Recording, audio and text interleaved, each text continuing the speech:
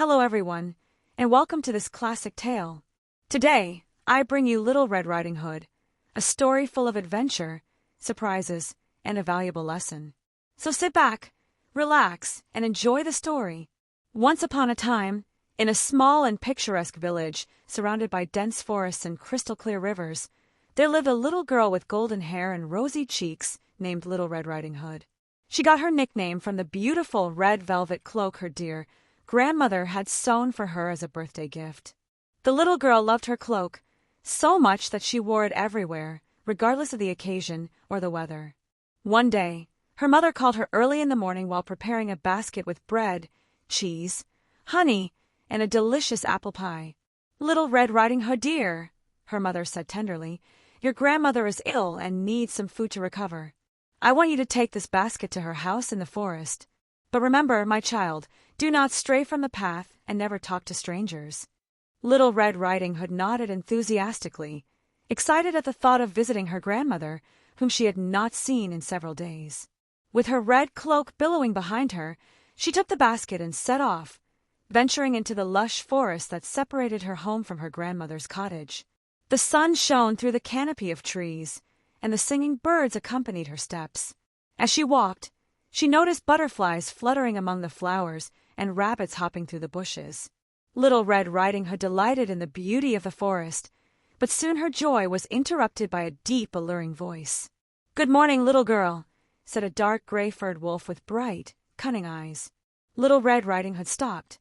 Her mother had warned her about talking to strangers, but the wolf seemed so polite and kind that she saw no reason to distrust him. "Good morning, Mr. Wolf," she replied with a smile. "Tell me, little one, what brings you to the forest on this beautiful morning?" "I am going to my grandmother's house. She is ill, and I am bringing her a basket of food. She lives on the other side of the forest, in the little house with the thatched roof and blue windows." The wolf's eyes gleamed with cunning as he heard this. In his mind, he devised a plan. "What a kind granddaughter you are," he said with a fake smile. "But tell me, have you noticed how many beautiful flowers are here? I'm sure your grandmother would love to receive a bouquet." Little Red Riding Hood looked around and saw that, indeed, the forest was filled with vibrant-colored wildflowers. She thought her grandmother would be very happy to receive them and decided to pick some. Meanwhile, the wolf, taking advantage of her distraction, ran swiftly through a shortcut to the grandmother's house. When he arrived, he knocked gently on the door. "Who is it?" asked the grandmother weakly from her bed. "It is I, grandmother, Little Red Riding Hood," said the wolf, imitating the sweet voice of the girl. "I have brought you a basket of food." The grandmother, suspecting nothing, let him in. As soon as the wolf crossed the threshold, he leaped upon the old woman and swallowed her whole. Then, to complete his plan, he put on her nightcap and glasses and got into bed, covering himself with the blankets. A few minutes later, Little Red Riding Hood arrived at the cottage, carrying her basket in one hand and a bouquet of flowers in the other. She knocked on the door, and a hoarse voice answered. "Who is it?" "It is I, grandmother, Little Red Riding Hood." "Come in, dear, the door is open." Little Red Riding Hood entered and approached the bed. Something about her grandmother seemed strange. "Grandmother, what big eyes you have! They are to see you better, my dear," said the wolf, disguising his voice. "Grandmother, what big ears you have! They are to hear you better, my dear. Grandmother, what big teeth you have! They are to eat you better." The wolf jumped out of bed and lunged at the girl, but Little Red Riding Hood screamed as loudly as she could.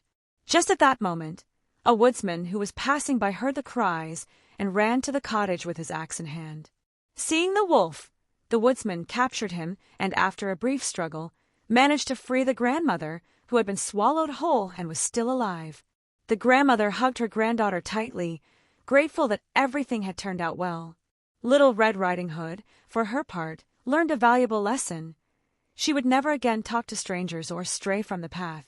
From then on, whenever she visited her grandmother, she followed her mother's advice to the letter.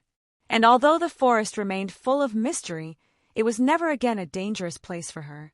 Moral: always listen to the advice of your elders and be cautious with strangers, for not everyone has good intentions. I hope you enjoyed this story as much as I enjoyed sharing it with you. Don't forget to like, subscribe, and turn on the notification bell for more amazing stories. See you in the next video.